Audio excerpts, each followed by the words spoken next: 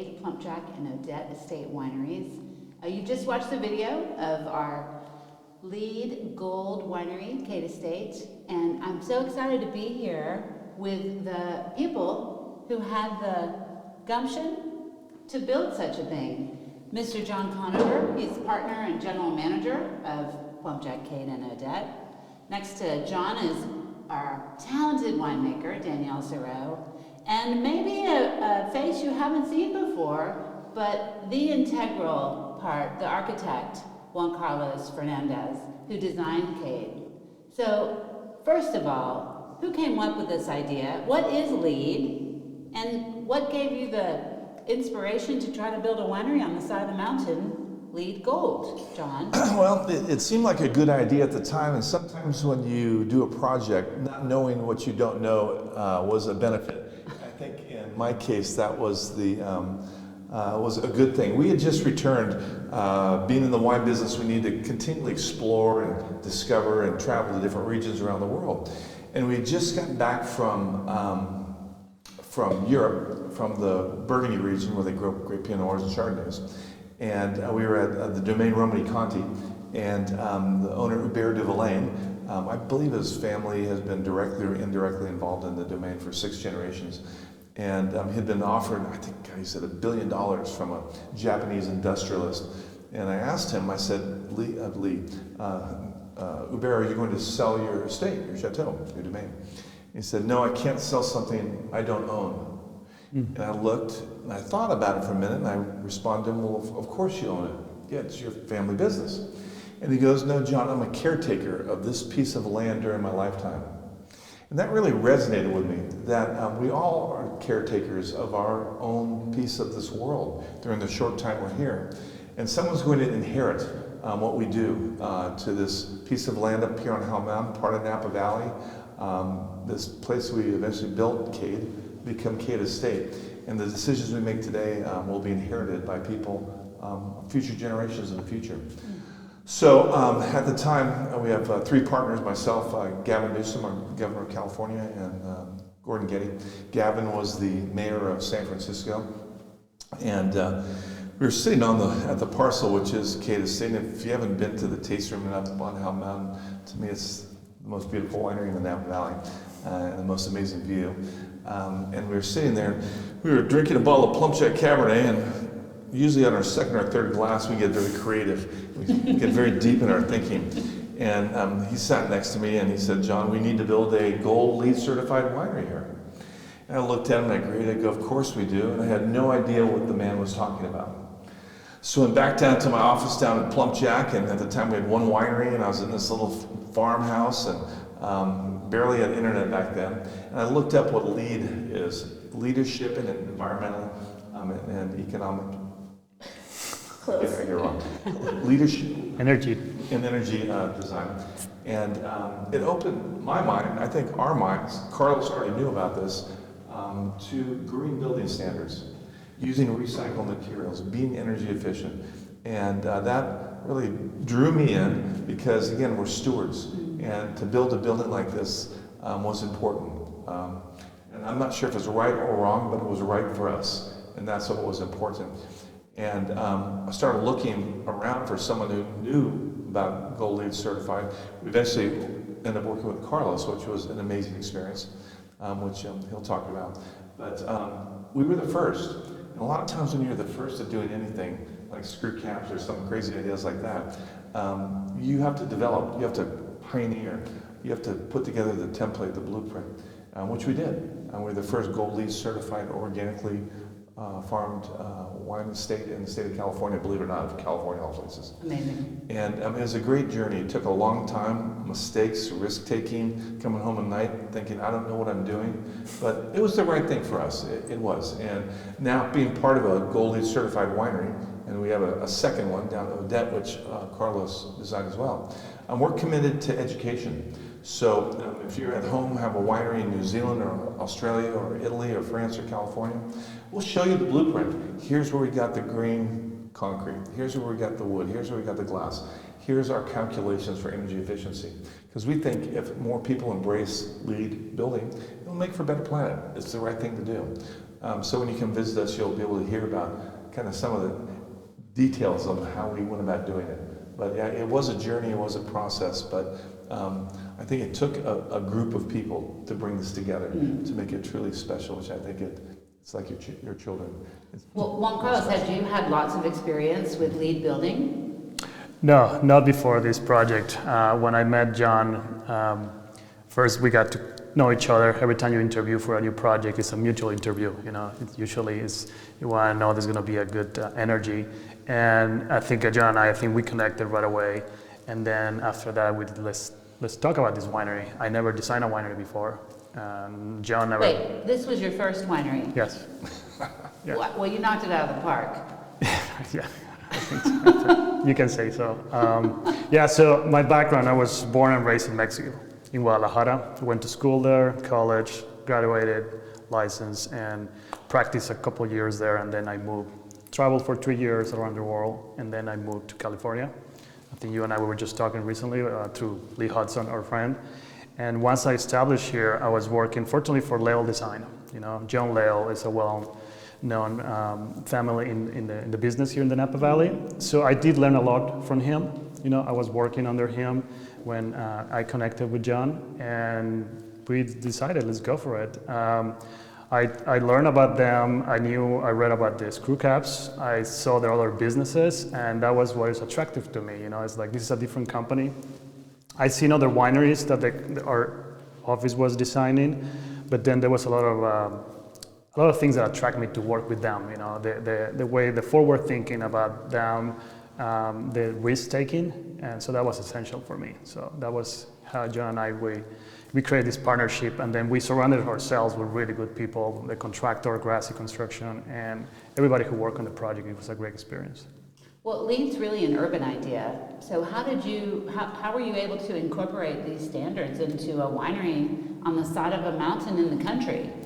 Well, that was a part of the process that was difficult because the standards, the points to follow, the directions were for buildings, you know. Either commercial buildings or residential. Then you try to find something about a winery. No one tells you there's nothing that relates to a winery, right? Then we knew that we're going to have some caves because we're built into the hill. So we even talked to people from LEED, and they say, "What a cave? You know, how do you build a cave?" They don't even know how to assess points. You know, it's a point system. But eventually, it's about the materials, and also the system was pretty in the early stages. So it was hard to get materials. So we were certifying the points. So we achieved as many points as we were able to achieve. The only points that we didn't get and prevent us from going to platinum was the transportation. You know, of course, we're in a hill, we're in a valley, so there is no public transportation, there is no easy access. So if we were to take this building and put it in an urban setting, we'll easily achieve platinum and the maximum goal. So part of achieving platinum would be a bus route up Powell Mountain. Just public transportation, and avoid for people to drive their own cars, you know, to go there. We do put a bicycle rack for everybody who wants to. I think if you ride your bicycle up here, we should give them a free glass of wine. So, yeah. Well, in terms of winemaking, Danielle, you know, and the first LEED Gold winery, is it difficult to make wine, or did you guys design it with winemaking in mind? Oh, well, go ahead. You start. No, so one big thing for us was a big part of the LEED is the production area. You know, where they ferment the grapes, where they process them. It's a really large area. It's a large room. It's the largest room in the winery, and we decided from the beginning to keep it naturally ventilated. Otherwise, imagine this is a large building, so if you have to condition it, you have the AC running all summer or the heating running all winter. That's just a waste of energy. So we worked with the production team, and we decided to have passive ventilation. You know, so in the hot days, you know, they're in shorts, you know, t-shirts, working, but it's not uncomfortable. You can be 100 degrees outside, but it's pretty comfortable to work inside. And then the winter, you know, you put an extra jacket, but you have to work with someone who's willing to go there, you know, and that's a big part of this. And you can, you know, if you're trying to work something like this and expect everybody to work in a 72-degree conditioned space, you're not going to get there. You know, you need the collaboration from everybody to achieve that.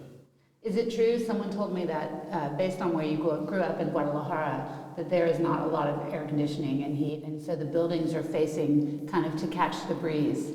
Is that what you did at CADE? Yeah, so just to clarify, there is AC and heating, you just don't need it. Yeah. Yeah, because of the weather. It's great weather. And then the school that I went to for architecture, they teach you to do that, Not so much rotate the buildings, but in case of CADE, with the inverted roof and the louvers all the way across in the summer and the hot days, the air just rises and escapes through that. You open the doors, you can have breezes through it. The orientation in the winter, we have the glass.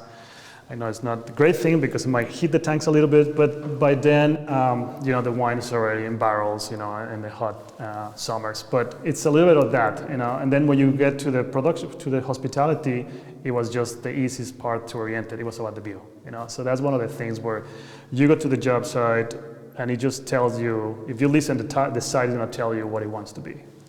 And that's if you listen, the site will tell you. That is where the magic happens, in the listening, yeah? Yeah. Is it true when you walk up the path, the side of the winery, there's a beautiful manzanita tree that became our label, but the sidewalk curves around it. Yeah. Tell me about that. During this process, and it was really important for John and the team, is to not disturb the site. So we only removed 2 trees. One was a leaner, and the other one was sick, literally. So we fit the winery in between the existing trees. And that was one of the trees that was squeezing everything. I was fighting for inches to make the production room to work. So once we got around that tree, we decided to, disturb the path. And people talk about guardrails and protecting it, but we just we wanted to keep it as natural as possible because that's this essence of CADE. The colors of the tree, the shapes, the way the tree transforms in the different time of the year. The building are the same, the build age like the tree is aging. So that was pretty important for us. And when you tour the caves at CADE, I was also told that you had a special inspiration for the curves of the cave. What was that? Yeah, I'm careful when I tell this to John because so designing the caves, we have a limitation. The orientation, usually when you do a cave, you go perpendicular to the mountain, but we had the property line, so we had to turn right away with the caves. When I was doing the sketch, usually when I design winery or a project, I have the branding, try to connect with the brand, In this case, CADE was pretty new, but there was Plumjack, So Plumjack, if you guys know the design of Plumjack is a shield, has the shield. So the shield was there, I look at it, I turn around, and he's like, oh, there it is. I still had to charge him for it. But I literally took that scan it, put it in the computer, we trace it, and that's the footprint of the caves. So I call it the ghost of Plumjack in CADE. That's incredible. Danielle, some of the design aspects of CADE, I always feel benefit the wine, like the wood. I mean, what wood is in your cellar? Well, there is no wood in the cellar, and so, which is great because there's always a concern about TCA. And so the fact that we don't have to worry about that, the only wood in the cellar is the barrels, and the French oak barrels that the wine is aged in. Everything else is either concrete, steel, or glass. And so that kind of just eliminates that fear. Even the racks that the barrels sit on are concrete in our cave, and we have metal cleats that kind of hold the barrels in place as we stack it like this in the pyramid stacking. So every detail was thought of as far as protecting the wine and eliminating that risk of TCA. It's amazing to me because I think naturally the things we chose to do to benefit the earth actually benefit us too, of course, in terms of wine making and the ease and efficiencies. But I heard, John, that there were a few challenges along the way. For example, was green concrete easy to get in Napa Valley at that time? It wasn't. Again, as I mentioned, when you're changing the paradigm on building, you have to invent things and discover things. I went to our local concrete supplier here in the little town of St. Lena, and I asked him to supply us with some green concrete. And he looked at me and smiled and said, well, I don't do green concrete. And I went back and I went to my little office at Plumcheck, and I think there were a lot, and thought, why didn't he want to sell me a bunch of concrete? Again, we have lots of concrete at CADE. And I came to the conclusion he didn't know how to. You know, everybody likes to embrace change until it affects them.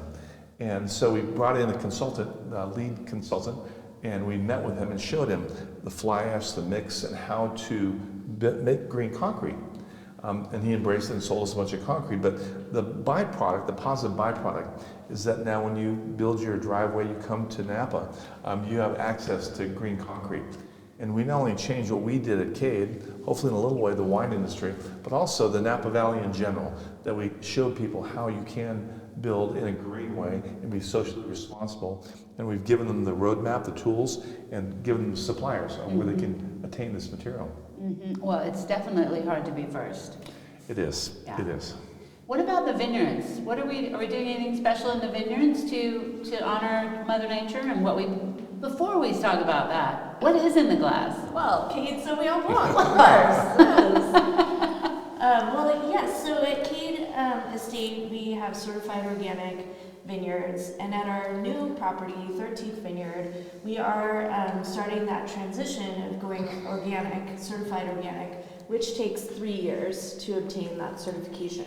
So that means, once we start, it's everything that we apply in the vineyard, whether it be sprays for mildew or insecticides, they are organic.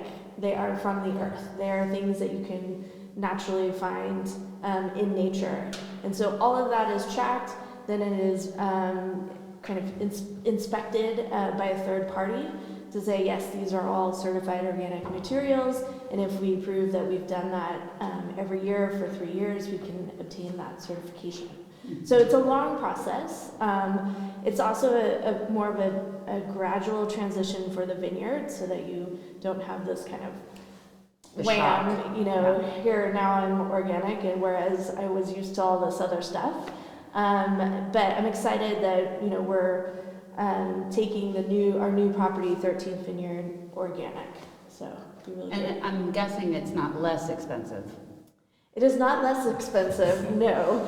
But the hope is that once we kind of go through the first year, we can say, oh, well, we actually didn't need that one extra spray. We could have done without it. Or there are certain things that we're going to learn along the way that is just how naturally the vines are going to react to this change that they're going through, but we want to be prepared. Mm-hmm. So budget-wise, it's a little bit more expensive, but we're hoping it's going to even out once we have some more experience with it. Well, sometimes doing the right thing is worth it. Exactly. Yeah. Well, I mean, that's a big question too, John. When we first started the idea in 2005 of building this brand new winery, not having an architect, not knowing you were available yet. I mean, how did you guys actually meet? Well, we had went through the interviewing process of architects, and I'm a big fan of barns, and I said there's a lot of barns up here, so kind of checked off the barn style that we chose not to. There were Tuscan villas at that time were very popular as well. And part of the beauty of CADE, I think the beauty of Napa in general, is the valley itself. No landscaping needed, no fancy architectural monuments needed, and wanted the winery building and hospitality lounge to reflect that sense of place, which is Hell Mountain. And those of you that have been here know it. We're 1,600 feet up on the side of the hill. We get snow, we get rain. It's an unusual microclimate up here. And I think Carlos's architectural style really fits in so well with Hell Mountain and CADE. And the building materials, the glass, the concrete, tend to be a little more masculine style in terms of building materials. And one of the great things that Danielle does is she lets the wines reflect that sense of place without losing that sense of place. How mountain wines are beautiful. They're strong, they're structured, they're in some ways a little masculine. We want to retain all that, but kind of not bring in the not so pleasant parts of maybe some hillside wines. And the same with the architecture. So I think it all plays within one another. And when you come up here, you'll see vineyards, you'll see the natural pine trees, and you'll see this beautiful winery and taste our great wines. That's what CADE is really all about. And I want it to be about this sense of place up here on Owl Mountain. And we can debate whether it's, I think it's beautiful, whether it's beautiful or not beautiful, but there's only one CADE. There's only one sense of place that is CADE. And that was very important in the design. And when I met Carlos, I never forget this day. Great day, changed my life in a lot of ways. We met each other and we got in our car and we drove down to all of our other businesses.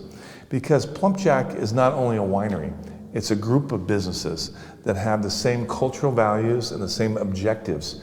And went to the great Balboa Cafe in San Francisco, the best hamburger, cheeseburger in San Francisco. We had a lunch there. We stopped by a hotel that we owned and ran in southern Napa, and we saw all of our properties. And I think that day was important. Number one, I got to know Carlos as a person. And so I was committed to Carlos. He probably didn't know it in the first hour I was with him. But then again, I think it showed the alignment of what we wanted to do as a group, as a team. And how it wasn't just about the winery. It's about our whole organization. But you were really unknown at that time. Had you designed, my understanding is you had designed a 400 square foot building. That was really it. Is that right? Yeah, so that was part of it was fun about the experience that John is talking about. After that day, I don't know if that was a day, we were, when they were interviewing architects, they asked, what have I done here in the Valley? But then I'm pretty new here in the Valley. I've been here, I was working on another architect, but I didn't have a lot of projects under my own name.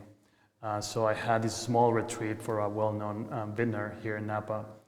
And they were interviewing two architects, and it was John and at that time Gavin Newsom with his whole entourage when he was mayor. And they drove to this other property, this big, just lavish property, right? And I remember this pretty well. Gavin looked around and he said, I like it, but I don't love it.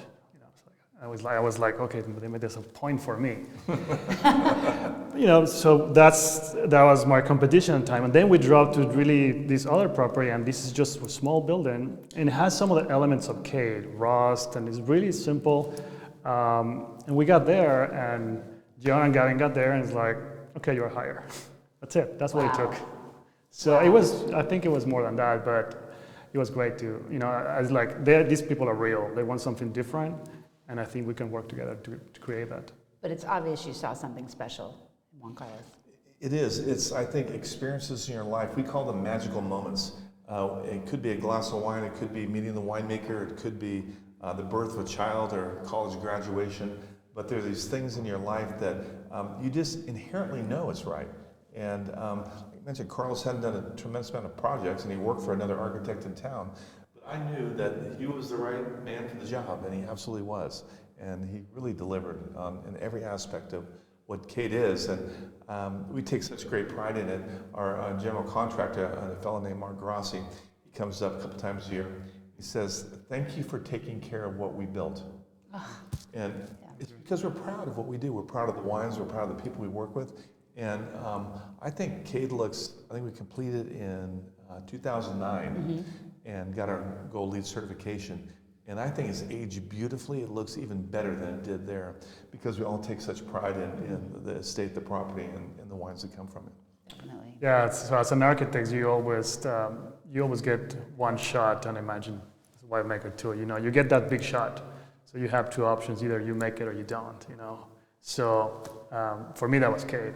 So I think I did well. Well, my understanding is there's a long, many-year waiting list for you, so I think you did all right. Yeah. We have a question from Facebook. Jennifer Kaminsky has a question for Juan Carlos. What was your design inspiration for the tasting room at CADE? It is really so unique compared to other wineries in Napa. So that's similar to what John was talking about, creating something different. when John came to me and he talked about the barns, and there was all these conversations about barns. So if you think about a regular building, think about a house, when you draw a house in kindergarten, right? So it's the volume and then the roof. So usually a regular building like that, 50% of the volume is the roof. So what can you do to do the opposite? So you take the roof off, and then you enhance the left. So now you are 90% volume and just 10% roof.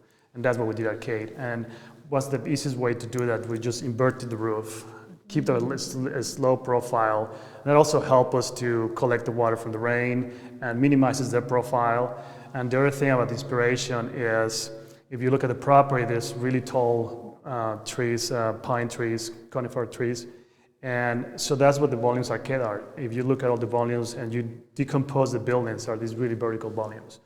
So even that the fermentation building is long, but if you take the towers, if you take the glass, if you take the walls, it's all vertical elements. The same with the hospitality building. So that was the main inspiration for the volumes. And then the thing about the orientation and the view, it was just there. It was just meant to be. And one last piece that's thrown there too. When you come to visit us, I think you're coming to visit us at our home. Yes. We spend as much time here as we do with our spouses and our partners at home. Mm-hmm. And so I wanted a very welcoming, like you're coming to our house, our living room, our dining room, our property. And I think Carlos really captured that in every way. I've had more than one person ask me if they could move in. I said, no, you can't stay. You can visit, but you have to go home. The infinity pool has had more pictures in front of it than anything else. So what I understand, there's a story too about that wall with the fountain coming out. Yeah, in the initial program there was another building. There was a third building behind that wall, and one of the things I respect about John and working with his partners is they did have a budget, and this is a business. This is not just a luxury where people's going to throw money and have fancy wines and never recuperate the money. It's an investment. It's a business. So we did work on that. We respected that. So we eliminated that building. It's just an extra tasting room. But then when the building went away, the wall went away, and the contract, everybody took it off. And I came to John. I said, we need the wall. Period, to frame the view. It's like, well, it's going to cost this much. It's like, we need it, period. You're going to put it back, and that's it. It's end of the conversation.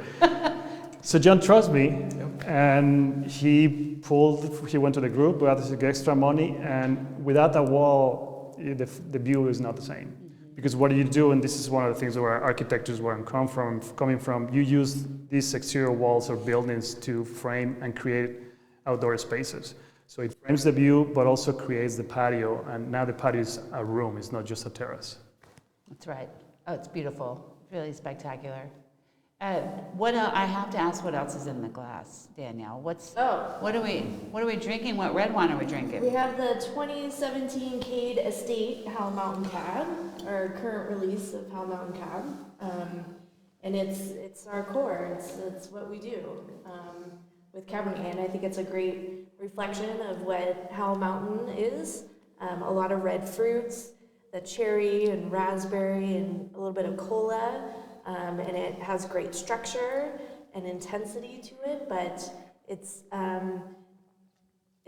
rounded and approachable as well. There's a touch of oak in there. You get a little bit of the coffee and chocolate and vanilla notes, and I just think it's a really nice representation of Howell Mountain.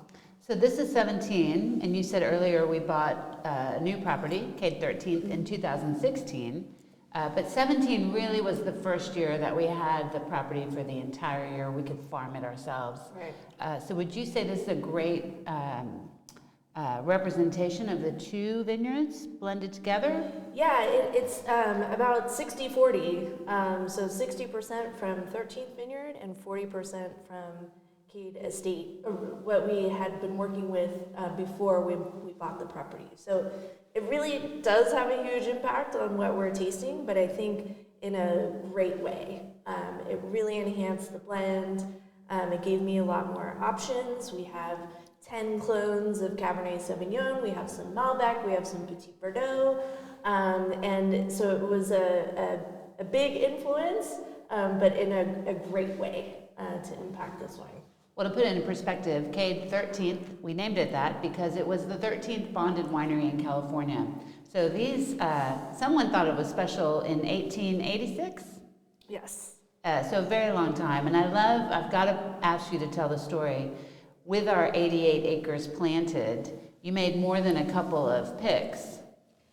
Yes, well, they're smaller blocks, and we are on a hillside, and there are, kind of dips and valleys within the blocks. And so, especially up on Hell Mountain, you can't walk into a block and go, let's just pick it all, because you're not going to make the best wine that you can doing that.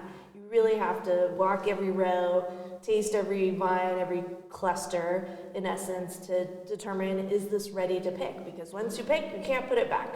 So we probably did about 50 different picks. 5-0. 5-0 off of the property. And it was 2 tons here, 3 tons here, maybe a 5 or 10 ton pick if the block is homogeneous and even, which some of the blocks are. But we do have a lot of different clone rootstock combinations and these, rolling kind of hills on this hillside, even shade, tree lines that are going to impact how we pick. So I have these big PVC pipes that are like 10-foot poles and some orange tape, and I start marking rows, and the poles go where the tractor is going to stop so that the pickers know, okay, we stop here, and we pick to this vine with a little piece of orange tape, and then we go. So it's pretty cool. So the pickers know, oh, there's my pole, that's where I know where to go. So that's about double your height. Yeah. I load them in the back of the truck, and then I'm walking around with my poles. But, we talk a lot, John, about the difference between good and great. It's attention to detail. So you can find it in the vineyard, you can find it in how we pick, you can find it in the choices that you made in the design, CADE 13th. I think it's super inspirational. It is. It's a once-in-a-lifetime opportunity we had to build a winery to work with Carlos. Danielle has her chance once a year to make a picking decision.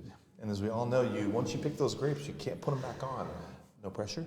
And hopefully we'll all retire together here. So you might have 30 or 40 years of harvest. That means 30 or 40 times in your lifetime to do your craft. So for us, we have to do it right the first time, and we have to do it right every time. And the beauty of our wineries is they come from a piece of land that you can see, that you can get to know. Danielle walking up and down the hills, making 50 different picking decisions is such a commitment.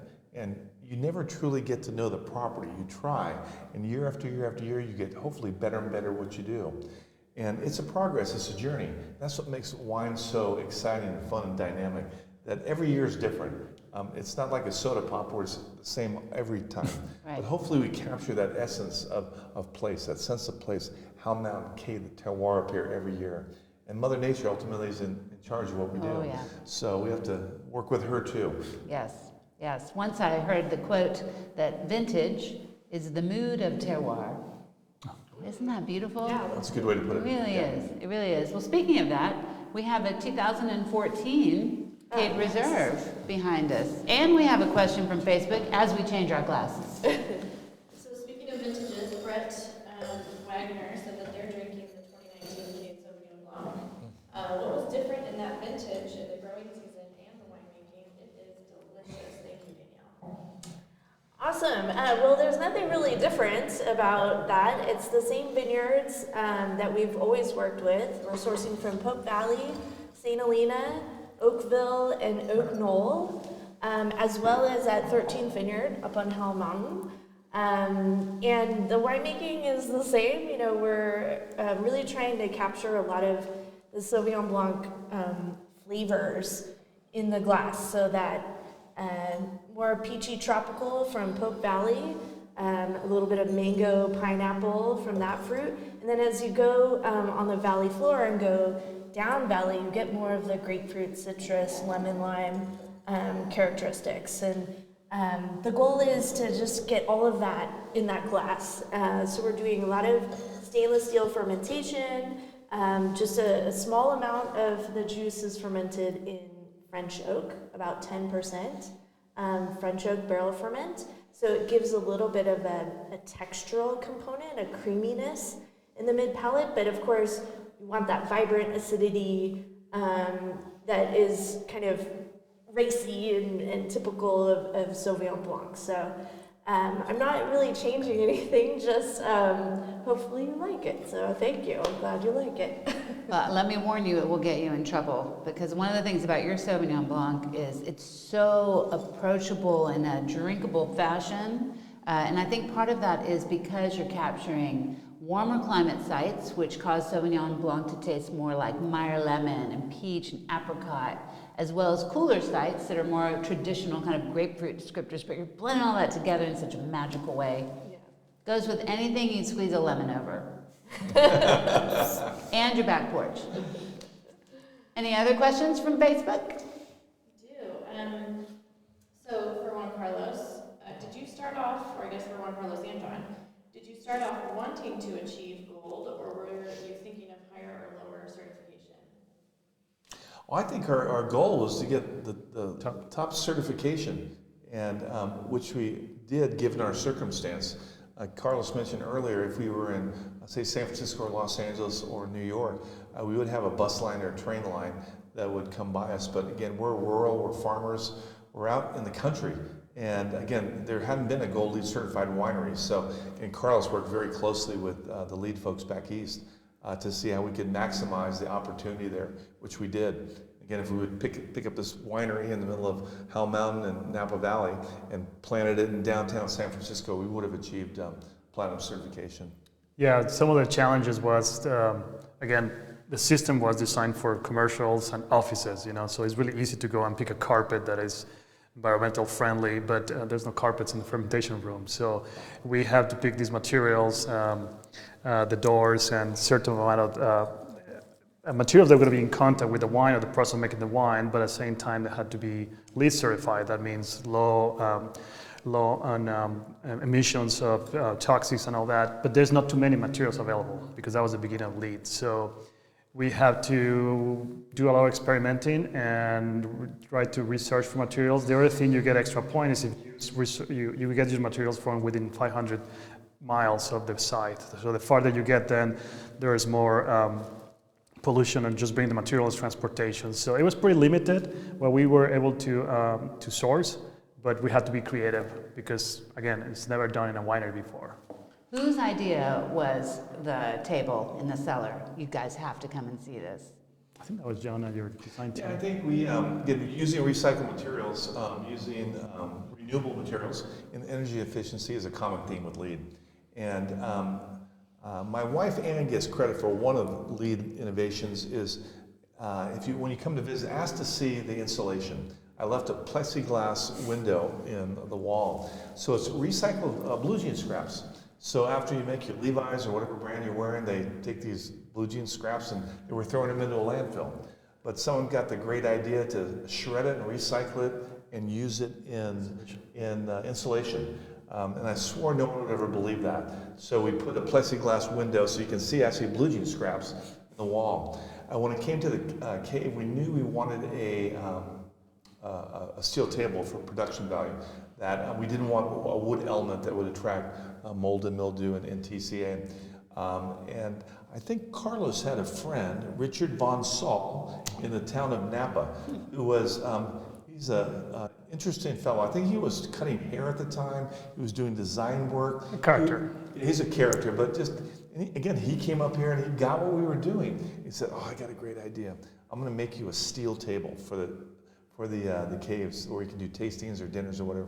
So Richard went down south of Napa is Mare Island in Vallejo, which is a naval base, and they used to service submarines and decommissioned ships. So he found this big slab of steel in a warehouse. They were decommissioning the ships as well as the building, and he bought the slab of steel, had it cut in like a giant oval. Is that the right shape? And took it to a auto body shop in Napa. Had 4 coats of clear coat, like you would a car, put on the steel table, and it weighs a ton. We had to cut it into 3 pieces, and Danielle used a forklift to move this thing around. And then we took the joist, the pillars that hold up a building, they were tearing the building down, so we got the joist and we use those as legs. Cool. So completely recycled. Everything's recycled about it, and it's perfect for this cave, and it really is dramatic. Yeah. This large steel table in the middle of our cave. It's very cool.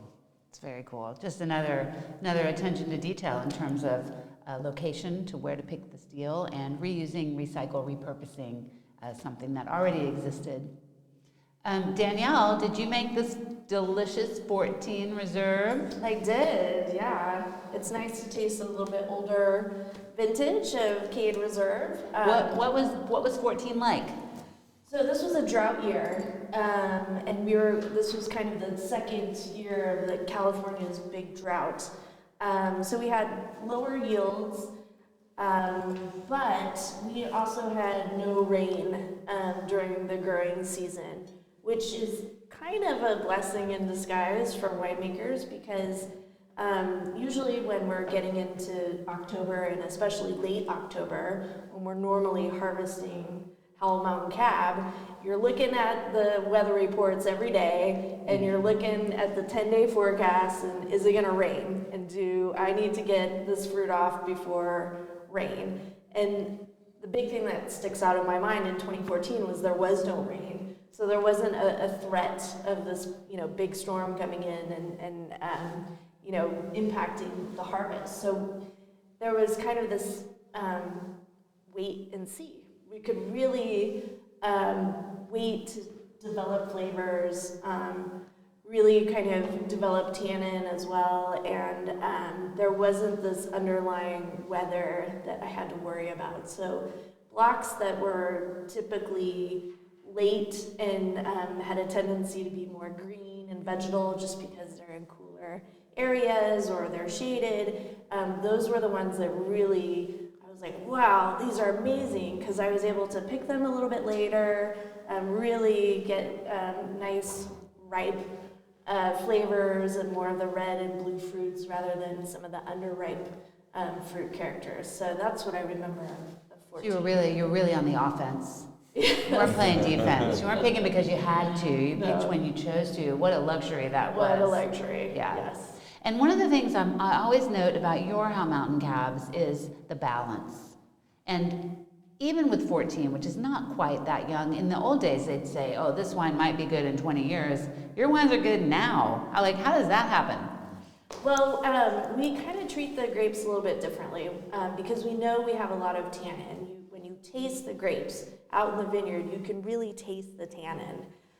So you can't just throw that in a tank and ferment it and go, oh yes, it's going to turn out perfectly. It's just not going to happen. So we do these short, hot, fast fermentations. We crush the grapes, warm them up to 75 degrees, add the yeast, start the fermentation, start the pump overs. We want to get all the color out, we want to get all the flavor out, we want to get all that stuffing, all that mid-palate, but we don't want all of the tannin.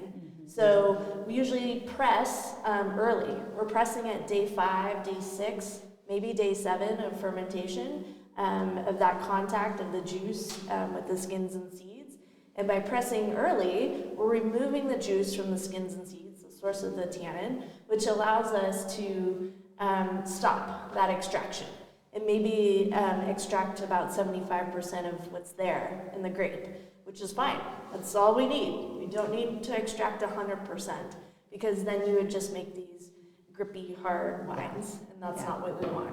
So we do a little bit of chemistry that helps us see what's happening during the fermentation. So I can send in a sample to a lab, they give me a number, and I know as soon as I see that number, okay, I'm in the right direction, or I haven't extracted enough, so I need to increase my pump overs, or maybe heat up the juice, or extend it another day, or 2 or 3. So it's really kind of this on-time winemaking where I can make micro adjustments to what we're doing during fermentation and have a real impact on what you're tasting in the glass, so that we can make wines that are more balanced, a little bit more, I don't know, voluptuous maybe. We've taken the edges off of them and just made them a little bit more curvier and softer without taking out the Howell Mountain that's in the glass. Well, that's the trick. You're able to maintain this Howell Mountain oomph without the big tannic structure. And I think, in a layman's term, when you're doing those hot fast ferments, you're getting tannins from the skins of the grape, not the seeds. And I always say to my friends, like, think about biting on a seed versus chewing on the skin. Right. That's the beauty in what you're doing. And then you just barrel that down to a couple of different barrels. Just a few. No, I do like to play around with a lot of oak. So we do about 50 to 60 different types of barrels from 25 different coopers. Okay, wait. I have to interject. So 50 different picks to 50 or 60 different barrels. That's like a 3D jigsaw puzzle. Isn't it cool? It's so cool. It's a lot of fun, but that's what I geek out about. That's what I like. So barrels are actually a huge part of what we're tasting in the glass. So I like experimenting with them. I like seeing how they work with Howell Mountain Cab, how they work with Clone 4 Howell Mountain Cab on 1103 Paulsland rootstock, whatever it is. And each cooper kind of has their way of making barrels. It's artisanal. And it's been done for hundreds of years, and each cooper is a little bit different. And so it's about matching the cooper to the individual block, the individual pick, and elevating that wine because of the barrel that you're using to age the wine in. So if it has really pretty aromatics, really floral raspberry aromatics, you don't want to put the wine in a smoky, charry barrel because it's just going to cover it up. So you want to put it in a barrel that can respect that fruit. And sometimes you have wines that maybe they have a lot of structure on the back end, but they don't have the mid-palate weight and density and texture. So I have a barrel that's going to bring that. And sometimes I have wines that are a little vegetal. They taste like bell peppers. And I go, well, I don't really want that. So I put it in a really smoky bacon, umami kind of barrel that's going to kind of cover up all of the what I perceive as negatives. And then I can blend that all together in the finished bottle, in the finished wine. I really think all those choices just lend to this multifacetedness of your CADE wines. They're really, the attention to detail. Who wants to cook with one spice? Well, not me, girl, not me. Juan Carlos, have you had some success after CADE? Were there any other LEED Gold wineries that you've designed and produced? Yeah, I just want to clarify, after listening to Danielle, it makes my job pretty easy.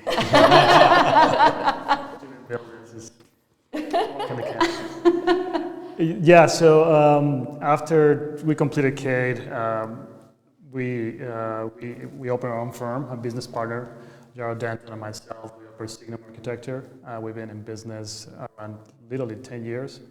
So since then, we've done at least more than 20 wineries, all different shapes and forms, from small ones, larger ones. My business partner completed whole winery, and actually that was a race about LEED certification. According to their side, Hull was first, but we have a document where CADE was first. So we know the truth. Yes. It's all good. So, but it's true. Between my business partner and myself, we have the first and the second LEED wineries. Amazing. So is that really what you're known for now? Is LEED Gold wineries? No, I personally move away from, not away, but just beyond that. I think LEED is a great tool. It was a great instrument. I think you can do the same without the branding, without the stamp. I think I have more value in doing that, without a price. In that time, it was great because it forced a lot of people, not just us, but contractors, subcontractors, to up their standards, to be more conscious about being sustainable. But now what we do is we surround with people who already think like that. Then you don't need to achieve that, you just do it. One of the things that I love about CADE, like John said, we put an amazing team.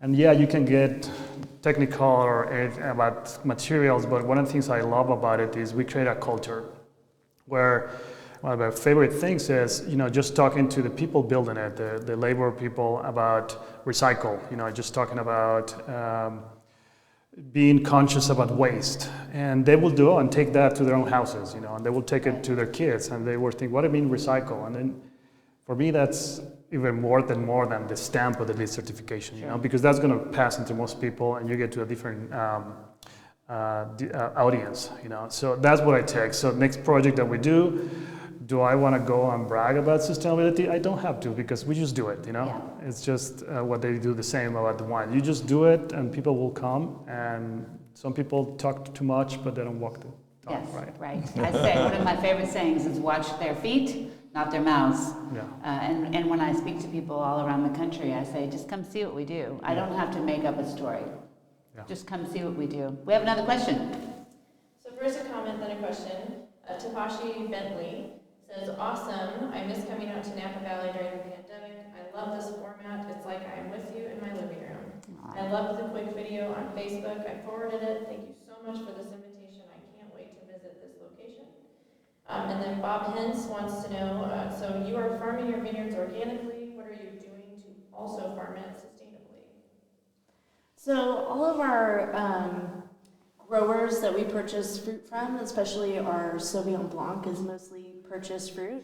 The vineyard managers that we work with are farming sustainably. So obviously the goal is we don't want to put anything on the vineyard that we don't absolutely have to use.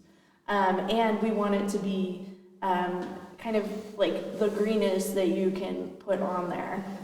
So it's being conscientious of how much product we're using, what type of product we're using, and making sure that it's not impacting our waterways, our rivers, our streams, our,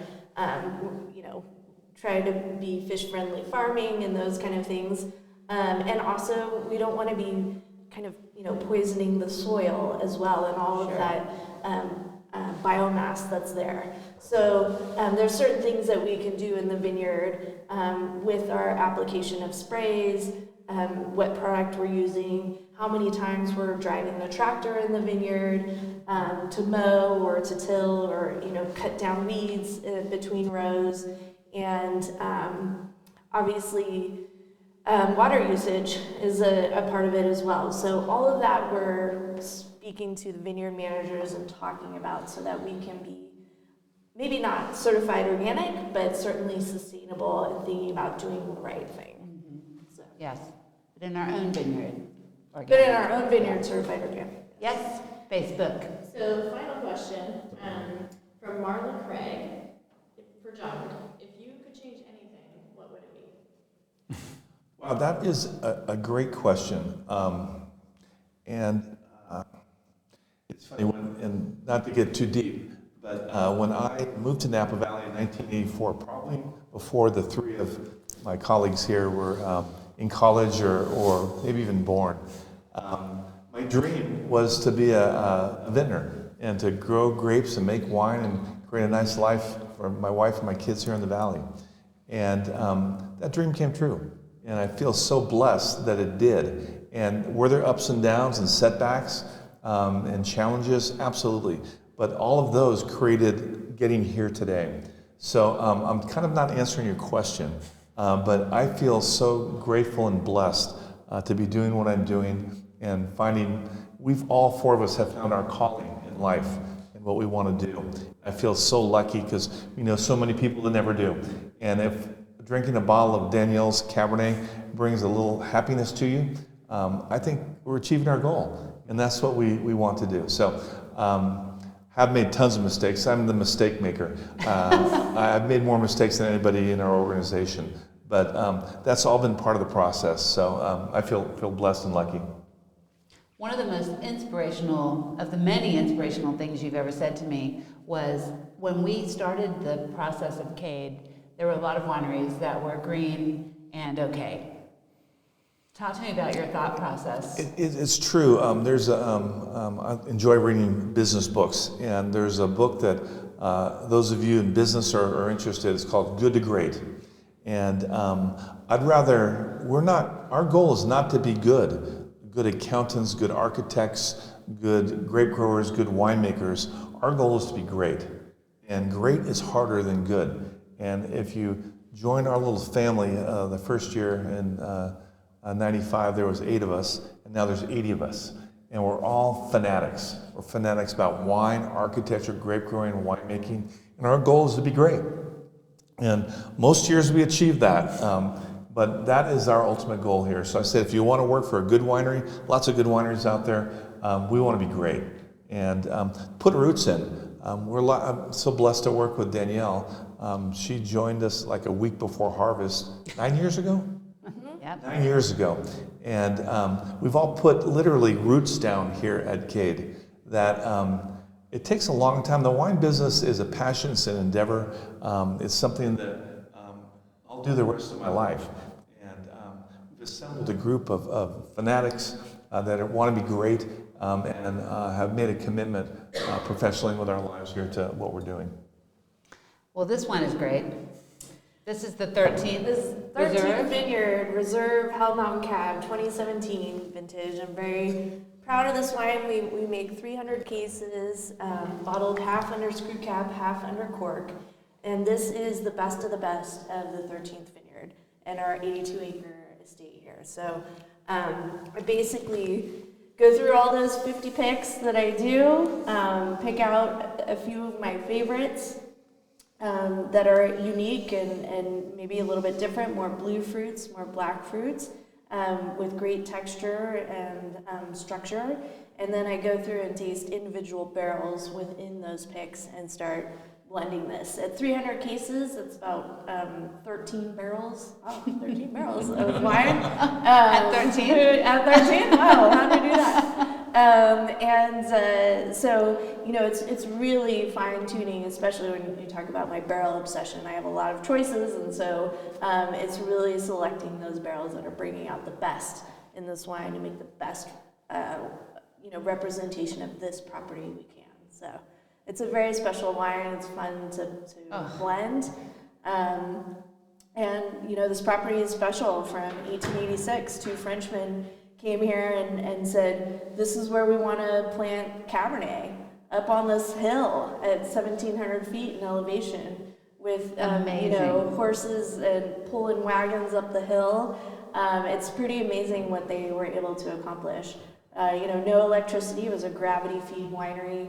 And so just trying to think about how difficult it was to make wine at that time, but also how amazing that they said this is the place for Bordeaux varieties, and we're still making wine here. So we proved them right. Yes, we did. I think one more important thing. I'm gonna spring this on John before we wrap up. John, the capsule on 13th has a G on it, and G doesn't stand for CADE. Where'd that idea? What's that all about? So again, come visit us, because we have what Carlos designed when we built at CADE Estate, which is one of the newer wineries, maybe the newest winery, last decade old, at CADE Estate. And you can come over here, and we're open for visitors at CADE 13th, which is probably one of the older wineries here on Hell Mountain, and very different, but very beautiful in their own way. So people have asked, well, what's the secret? Wine business is a great business, very competitive, and lots of emotional, talented people you get to work with. And people always ask, what's the secret? And the secret is starting with the four of us. That it's the people you work with, that you're lucky to work with, has helped us create that success.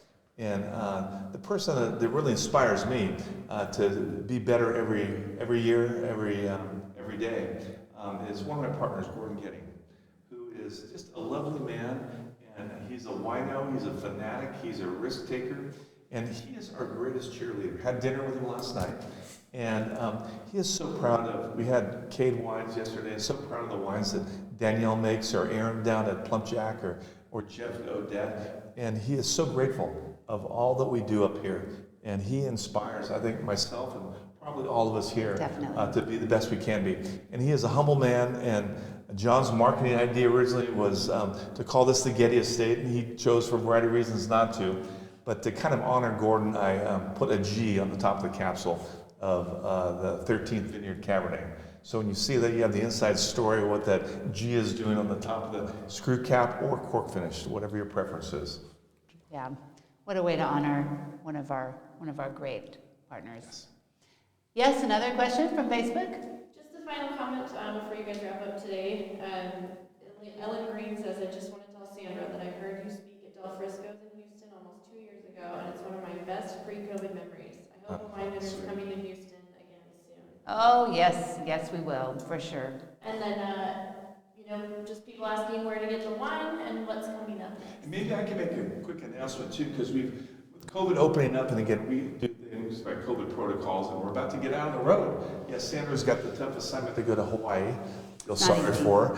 But those of you watching today that have joined our membership, our club, we do a once a month road trip. So a lot of you can't make it out to Napa every year or make it out, especially this year with COVID. So we have the tough assignment to bring our wines to you. So we'll be in Houston, in Dallas, in Miami, in New York, in Chicago, and Southern California. So starting June 1st, once a month. So get on our mailing list, check your emails, and we'll give you an announcement. And come see the beautiful 18s that our winemakers have made. And we'd love to see you and thank you for all your support of what you've done over this past 25 years. Yeah, we don't get to do this without them. Yes, thank you. It's a team effort, y'all. Come Cheers. visit. Cheers. Cheers. Cheers, Daniel. Cheers, y'all.